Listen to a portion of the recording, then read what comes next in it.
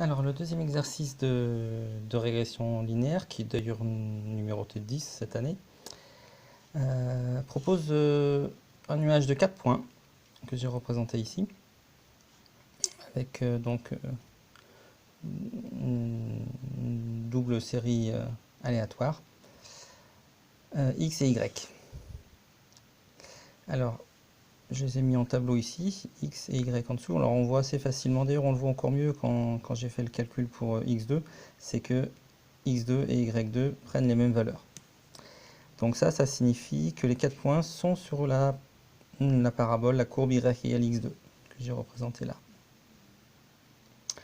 Donc ça veut dire en fait qu'il y a une corrélation très forte entre la variable x et la variable y. Mais pas une corrélation linéaire. Ce qu'on vérifie quand on fait les calculs. Donc, alors, la moyenne de x, c'est 0. La moyenne de y, c'est 10 sur 4, 2,5. La moyenne du produit xy que j'ai calculé là, moins 8, moins 1, 1, 8, ça fait 0. Du coup, la covariance de x et de y, ça fait 0, moins 0, ça fait 0. Donc, le coefficient de corrélation est égal à 0. Alors, ça s'appelle coefficient de corrélation, mais ça devrait plutôt s'appeler coefficient de corrélation linéaire, parce que ça mesure que la corrélation linéaire entre les deux variables. Parce qu'il y a une forte corrélation, mais comme elle n'est pas linéaire, on ne s'en aperçoit pas ici. Donc vous savez que coefficient de corrélation, tel qu'il est, plus il est proche de 1, plus les points sont alignés, et les plus proches de 0, moins ils le sont. Donc là évidemment on voit tout de suite qu'ils ne sont pas très alignés.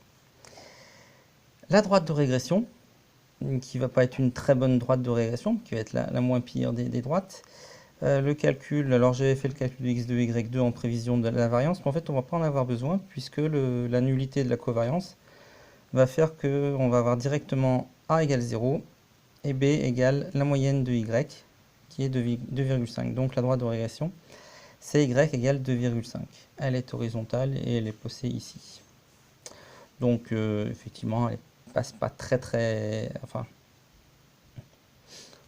c'est celle qui passe le moins loin des 4 points, quelque part.